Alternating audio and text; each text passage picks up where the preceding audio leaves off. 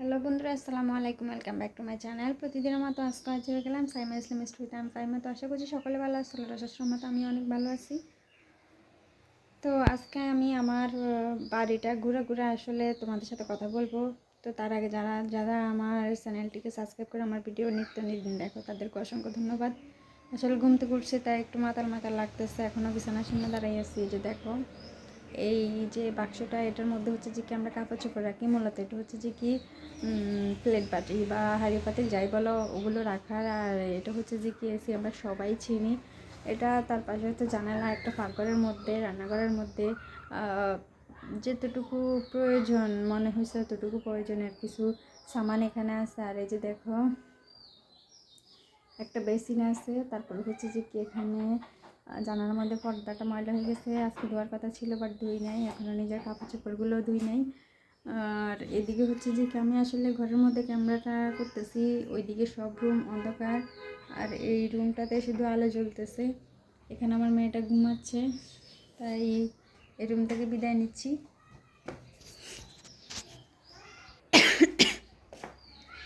তো এখন এদিকে হচ্ছে যে কি আরেকটা রুম আছে। এই যে দেখো, রুমটার দরজা খোলা। এই যে রুমের বালিশগুলো হচ্ছে যে কি রোদ থেকে নিয়ে আসি রাখা হয়েছে। ওখানে একটা বাথরুম আছে, জানালার মধ্যে এখনও গ্রিলটা লাগাই না। আর এই যে দেখো, এখানে দরজার মধ্যে একটা কাঠ আটকানো। আসলে কালকে দরজাটা একটু লুজ হয়ে গেছে, তাই এটাকে ফিটিং করার জন্য কিছু মশলাপাতি দিচ্ছে এখানে। মশলাগুলো দেওয়ার পরে হচ্ছে যে কি কাঠ দিয়ে আটকে রাখছে। এরকম রাখলে নাকি মজবুত হয়, এভাবে হয়। তো কাঠটা কালকে ইনশাল্লাহ খুলে ফেলবো। এদিকে অনেক অন্ধকার দেখা যাচ্ছে। আর এদিকে গ্রিল লাগানো হয় নাই এখনও। শিয়ালের ভয়ে হচ্ছে যে কি দেখছো খাটের অবস্থা, খাটটা ভেঙে গেছে। এটা ভেঙে যায় না, এটা সবগুলো তক্তা ভালো আছে। তবে হচ্ছে যে কি মাঝখানে যে মানে রুলি বলে না কি জানি একটা বলে, যে মাঝখানে জলম, আমি যেটা জানি আমি সেটা বলবো। তো মাঝখানে যে একটা লম্বা থাকে ওইটা ভাঙে গেছে। আর এদিকে হচ্ছে যে কি এখনো পর্যন্ত টিন পুরোপুরি লাগানো হয় নাই। এই যে দেখো উপরে লাগাইছে, এদিকে দেয়াল আছে, তাই এদিকে লাগাইতে হয় নাই। টিন লাগাইছে এতটুকু পর্যন্ত। এখনও ঘরের প্রচুর পরিমাণে কাজ। এখানে দেখো এখনও মাটি ফেলে নাই, উঁচু করে রাখছে। এতটুকু পর্যন্তই মাটি ফেলবে। আর আগামী কথা বললে সবসময় সব দিক থেকে আমাকে দেখা যেত, এখন আমাকে কোনো দিক থেকে দেখা যায় না।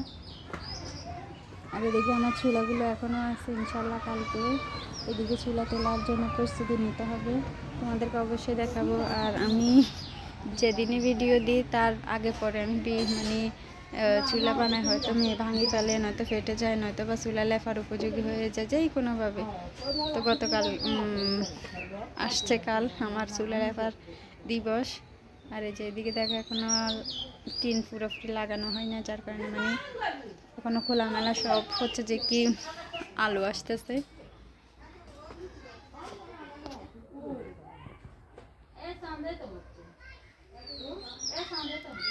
আর এদিকে হচ্ছে যে কি সব আর কি চুলাটা আসলে এখন অনেক ভালো ছিল, বাট লেপতে হবে না, একবার লেপে দিলে। আর এরপরে হচ্ছে যে কি এদিকে চুলাটাতে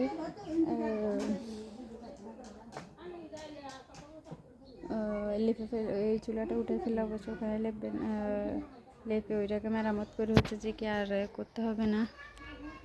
তো যাই হোক, আমার মনোযোগ আসলে অন্যদিকে। তার কারণ হচ্ছে যে কি এখানে ফাঁস দিয়ে আমাদের এখানে একজন মানুষ মারা গেছে। তো আজকে সম্ভবত ওখানে 41 দিনে সম্ভবত খাওয়ায়। আমি যতটুকু জানি আমার দাদুর সময় 41 দিনের দিন খাওয়াইছে, তারপর হচ্ছে যে কি 4 দিনের দিনও খাওয়াইছে। তো এখানে হয়তো ওরকম একটা প্যান্ডেল লেগছে, আর মানুষজনও কথাবার্তা হচ্ছে যে ওরকম টাইপসের বলতেছে, যার কারণে আমারও ওরকম অনুভব হয়েছে। যে দেখো এদিকে মাছাং দিছে, সরি, বারান্দার জন্য উপরে যে টিন লাগানো হয় সেই কাজটা করছে। এখনও বারান্দায় মাটি ফেলে নাই, তার কারণ হচ্ছে যে কি আমাদের মানে টাকা আছে, সীমিত টাকা। যাদের কিস্তি আছে তারা অবশ্যই বুঝে, না খাবার না খেয়েও কিন্তু কিস্তিওয়ালার টাকাগুলো দিতে হয়। কারণ ওরা হচ্ছে যে কি বিপদের সময় দিচ্ছে, ওদের দু একটা কথা বললে ভালো লাগে না, তার জন্য হচ্ছে যে কি ওদের টাকাগুলো রাখছে। তো যাই হোক, একটা ছেলে আসছে বড়ে চুরি করার জন্য। তো আমি আসে জিজ্ঞেস করছি আপনাকে, তো বলতেছে যে কি আমি হচ্ছে যে কি এতাগো মেহমান। আমি বলছি কাগো মেহমান। তো বলতেছে হচ্ছে যে কি এতাগো মেহমান। আমি বলছি কার মেহমান? বলতেছে নাম ভুলে গেছি, এতাগো মেহমান। তো যাই হোক, ছোট মানুষ বড়ি জলপাই, তারপর হচ্ছে যে টাইপসের কিছু জিনিস দেখলে আমরুজ এসব দেখলে হচ্ছে যে ওরা সবাই আমরাও গাছের দিকে একটু হাত বাড়াই, এই বয়সে ছোট। আর আমাদের বাড়িটা হচ্ছে যে কি একদম শূন্য খালি। এই যে দেখো, এটার মধ্যে কোনো গাছপালা নাই। যদি গাছ লাগানোর সেই সিস্টেমটা থাকতো তাহলে ফল গাছই বেশিরভাগ লাগাইতাম। অনেক স্বপ্ন ছিল, তো তাই হচ্ছে যে কি নিজের স্বপ্ন মতো বাড়িটাকে গুছাইতে পারি না। তো যাই হোক, আলহামদুলিল্লাহ, অনেক শুক্রিয়া। আমার আমার মতো হয়তো অনেকে নাই, কারো হয়তো বাড়িঘরও নাই, কারো স্বামী হয়তো তাদের নিজস্ব বাড়িঘরে মানে এটা আমার বাড়ি, এটাতে তোমাকে রাখবো এরকম কথাটাও বলতে পারে না। মাশাআল্লাহ, আলহামদুলিল্লাহ, আমি শুক্রিয়া জানাই। আমি আলহামদুলিল্লাহ ভালো আছি। আমার স্বামীর এমনও হইলো একটা বাড়ি আছে। আসলে যেখানে শান্তি মনে করে থাকা যায় সেখানে খুবই শান্তি। তো তোমাদের সাথে সব সময় আমার সুখ দুঃখ সব কিছু শেয়ার করছি, বাট আমি বুঝে উঠতে পারতেছি না আসলে আমার দুইটা চ্যানেলের মধ্যে আমি কোনটার মধ্যে কি কথা বলি। একটা চ্যানেল অবশ্যই এখন নাই, ওই চ্যানেলটা হচ্ছে যে কি ওই কেউ হচ্ছে যে কি হ্যাক করে ফেলছে, যার কারণে আমি ভিডিওগুলো দিলে আমার ভিডিওর মধ্যে বিভিন্ন ধরনের মানে স্ট্রাইক দেওয়ার মতো কিছু হুমকি আসতো। মানে এগুলো হচ্ছে যে কি মানুষের আইডি থেকে SMS আসতো। তো এটা তো কিছু করার ছিল না, এটা এক ধরনের হুমকি। প্রত্যেক দিন ভিডিও না দিলে হচ্ছে যে কি আমার ভিডিও মানে র্যাঙ্কিংয়েই দেখাতো, আমার ভিডিওগুলো র্যাঙ্কিংয়ে দেখাইতো। ওয়াচ টাইম সব কিছুই ঠিক ছিল, কিন্তু SMS আসার পরে হচ্ছে যে কি আমি মানে বুঝতে পারি যে আমার ভিডিওর মধ্যে কোনো না কোনো সমস্যা আছে, যার কারণে আমি এই চ্যানেলটা খুলি। তো আসলে দোনোটা চ্যানেলের মধ্যে কাজ, কিন্তু আমি বলছিলাম আমার হাজব্যান্ডকে যে আমি এই চ্যানেলের মধ্যে হ্যাক করছে, যে তার একটা চ্যানেল খুলে দেবো। কখন খুলছে আমি জানি না, যার কারণে হচ্ছে যে কি আমি আমার মন মতো, আমি তো জানি না, আমি ভাবছি আগের চ্যানেলটাই তো ওরকমভাবে কথাবার্তা বলছি। তো এখন মানে গুগল অ্যাডসেন্সের মাধ্যমে যে ঢুকি আমি এখানে, তো তখন বুঝতে পারি যে চ্যানেলে আসলে দুইটা ছিল। কারণ একটার মধ্যে হচ্ছে যে কি আমার মেয়ের বার্থডের ছবি গেঞ্জি করা, ওইটা হচ্ছে যে কি আমার চ্যানেল। আর হচ্ছে যে কি আর একটা হচ্ছে যে কি আমার কালো মানে ওড়না পরা ছবি। তো ওরকম মানে আমি বুঝতে পারি, যার কারণে এখন বুঝতে পারতেছি, তখন বুঝি নেই। আমি তো মানে ওই ভিডিওর মধ্যে ওই চ্যানেলের মাধ্যমে ভিডিও দিছি যে সেগুলোতে কী কথা বলছি আর এখন কী কথা বলছি, এটা আসলে বুঝে মানে আমিও বুঝে উঠতে পারি না। তো বাইরে আজকে যাচ্ছি না, বাইরে গিয়ে ভিডিওগুলো করতেছি না, তার কারণ হচ্ছে যে কি এই বাড়িতে অনেকগুলো, ওই বাড়িতে অনেকগুলো মানুষ দেখা যাচ্ছে, যার কারণে করতে পারতেছি না। তো তোমরা বন্ধুরা যারাই আছো, ফ্রেন্ড সার্কেল যারাই আছো, তাদেরকে অসংখ্য ধন্যবাদ, যারা আমার ভিডিওগুলো সবসময় ভিডিওগুলো মানে যখন দিই তখনই হয়তো অনেকে দেখো, আবার অনেকে হচ্ছে যে কি আমার ভিডিওগুলো দেখার পরে কমেন্ট করো, তখন কমেন্টগুলো পড়লে অনেক ভালো লাগে, উৎসাহ জাগে। বিশ্বাস করবে না, এটা হচ্ছে যে কি যারা চ্যানেল খোলো তারা অবশ্যই মানে অনুভূতিটা বুঝবা যে কমেন্ট করার পরে কতটা আগ্রহ বেড়ে যায়। তো যাই হোক, আমি আমি অনেক খুশি। আর হচ্ছে যে কি আমার চ্যানেলতে মানে আমি যে প্রত্যেক দিন আসি তোমাদের সাথে কিছু কথা বলবো, অনেক বিজি ছিলাম। তো হয়তো অনেকে বলবো অনেক বিজি কীভাবে, আমি এই যে ঘরটা দেখতেছো না, একটা ঘরের কাজ করা কিন্তু অনেক মানে অনেক সময়ের দরকার। এই যে টিন, তারপরে চারপাশে এসব কাজকর্ম, এগুলো হচ্ছে যে কি আমি করছি একলা সেটাও না, মানে আমার সময়গুলো এভাবে এদিক দিয়ে চলে গেছে। আমার হাজব্যান্ডের সাথে করছি, আর ও নিজে মেসুরি কাজ কিছুটা জানে, ছোটোবেলায় দিছিল কাজ শেখার জন্য। তো 6 মাস করছে, ওই অতটুকুর মধ্যে যে একটা মানে শিখার মধ্যে একটা তফাৎ আছে না, মানে নিজের কাজটাও যেভাবে আপনলি করছে সেভাবে হয়তো অনেকেই পারতো না এত সংকটের মধ্যে সুন্দর করে করতে। অবশ্য এখনও অনেক অনেক বাকি আছে। তো ও হচ্ছে যে কি অনেকগুলো কাজ করতেছে, আর ওর নিজস্ব কাজ আছে। ওর কাজ রেখে হচ্ছে যে কি ও কীভাবে করবে, তাই যখন একটু একটু সময় পায় তখনই ঘরের কাজের মধ্যে একটু হাত লাগায়।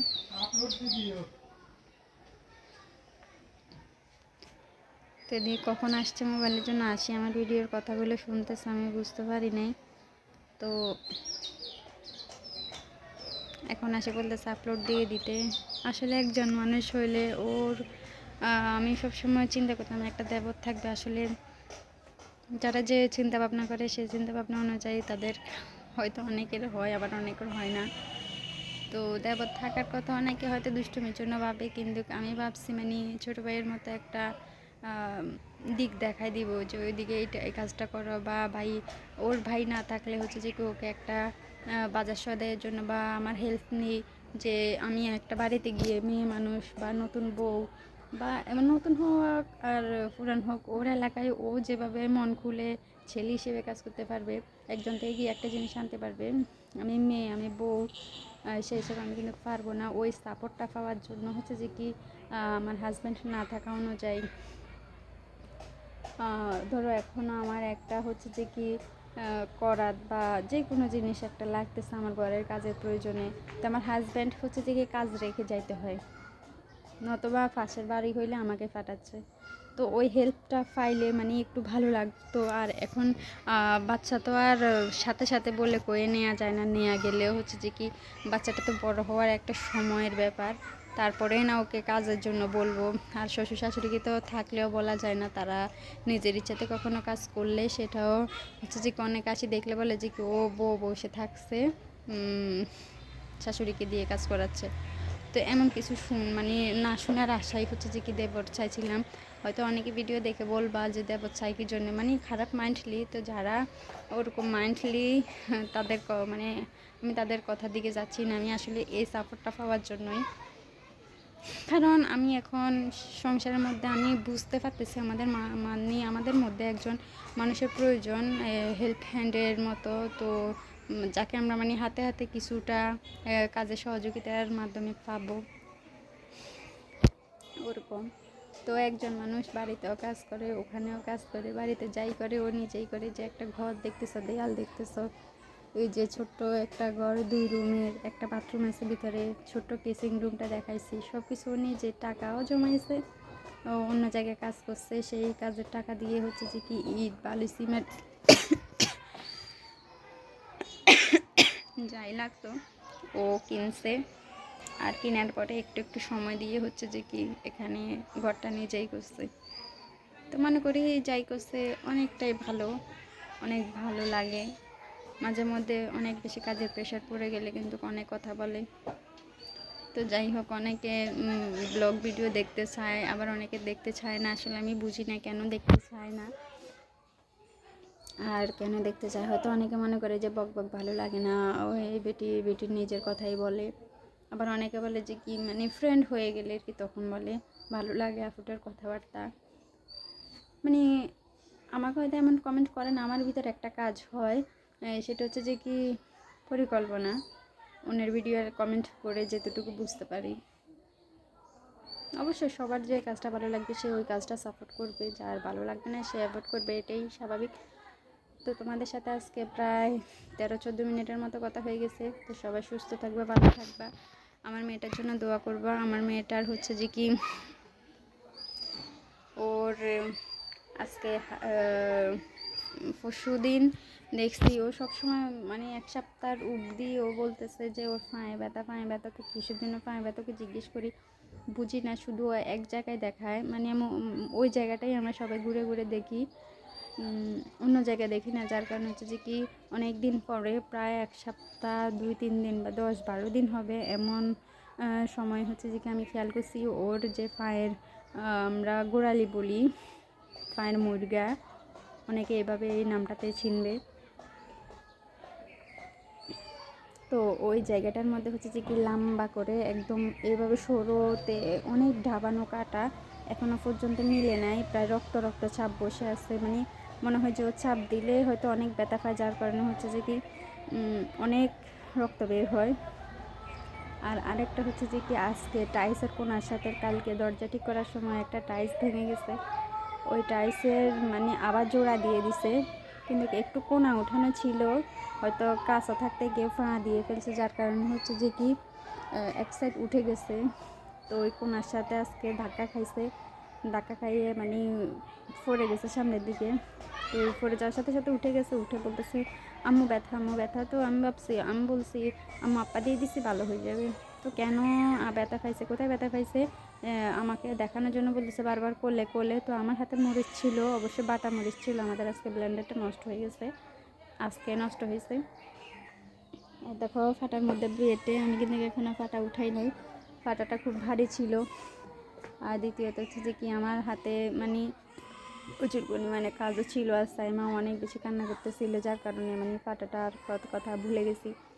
তো মরিচ ছিল, যার কারণে আমি একটা হাত দিয়ে ওকে কোনো রকমে কোলে নিয়ে বেসিনে গিয়ে হাতটা ধুয়ে ওকে কোলে নিয়ে একটা বিস্কিট দিয়েছি, তারপরে চিপসের প্যাকেট দিয়েছি, এরপরে একটা কেকও দিয়েছি, বলছি তারপরে হচ্ছে যে কি ও বলতেছে ফিটা, ও ফিটার বলতে পারে না, ও ফিটা বলে। তো আমি ফিটারে করে ওকে পানি দিচ্ছি, পানি দিয়ে চলে আসছি। ও ফিটারের এই যে বাটটা আছে সামনের, ওটাকে ছিঁড়ে মোটা বানাই ফেলছে, মোটা বানিয়ে ওটার ভিতরে আঙ্গুল ঢুকাইয়ে বাইরে বাগানে গিয়ে পানি দিচ্ছে, টমেটো অনেকগুলো ছিঁড়ে ফেলছে। তো আসি ওখান থেকে দূরে আসি, বলতেছে আমার ব্যথা, আমার ব্যথা। আমি ভাবছি আবার ব্যথা পাইছে, আমি বলছি কোথায়, আমার পা দেখাচ্ছে। পরে পায়ের দিকে তাকায় দেখি মানে কিছু নাই। তো ওই যে মানে ও পা আমি যে কোনো একটা পা নিছি, কিন্তু ও নিজের ইচ্ছাতে কোনো পা দেয় নাই। এর মধ্যে ওরা সিঙ্গারা দিয়ে গেছে, আমরা সিঙ্গারা খাইছি, খাওয়ার মধ্যে ও আবারও বলতেছে ব্যথা।